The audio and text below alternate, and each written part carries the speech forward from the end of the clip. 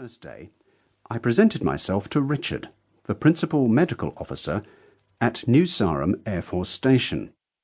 He consulted his notes and looked up at me speculatively from where he was sitting formally behind his desk. "You can take over Mrs. Bezudenhout," he said. "It'll be good for you. Besides, we've all had our turn with her. Bloody woman." I narrowed my eyes. "Why, Richard, what's wrong with Mrs. Bezudenhout?" "It's Sir to you, not Richard, or Squadron Leader. I don't mind which." He looked more amused than annoyed that I had given him the opportunity to pull rank on me, and for good reason. He had only been a year or two ahead of me at medical school, and wasn't even a specialist. "She's completely loco," he said. "She's convinced her baby just stops breathing. She's always barging into the base hospital and disrupting our day's work schedule. She does it several times a week, in fact, and 4 times now in the middle of the night. I've rushed around to carry out an emergency resuscitation only to find a healthy boy sleeping peacefully. She's also got the civilian ambulance crews out a couple of times, and now they've complained to the base commander. He's ordered me to sort her out, a bloody fool. Don't know what he thinks I can do about it." A broad smile crossed his face. "So I'm telling you that you can do it." He pointed at my chest. "That's how the military works." It was supposed to be a hospital pass, no pun intended, but my interest was piqued. I was curious to meet the infant James Bezudenhout and see whether I could spot something that my colleagues had missed. I didn't have to wait long for the opportunity, or much longer after that for another, and another.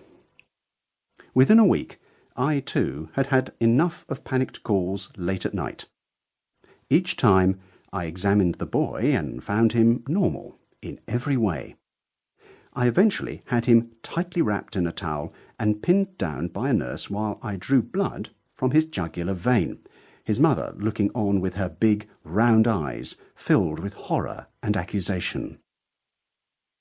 She maintained the same intense stare as I explained to her that James's blood tests were all reassuringly normal.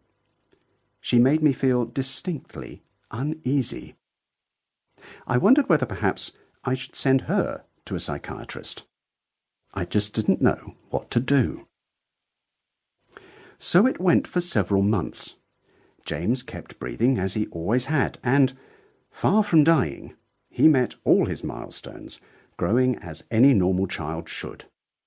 It was a relief when I was deployed to the forward airfield at Kariba in the Zambezi Valley for a couple of weeks.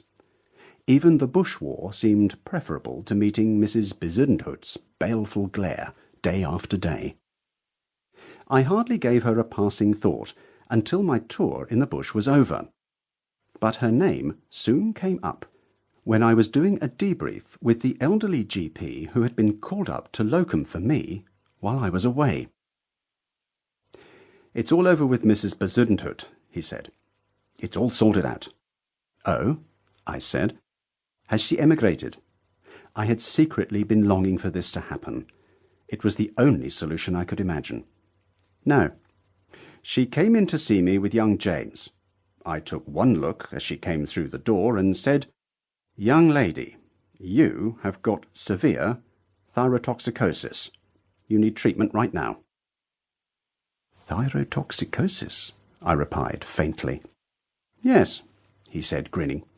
"Graves' disease. You'll remember that from your textbooks, won't you? And you will have noticed her bulging eyes. She has typical thyroid exophthalmos."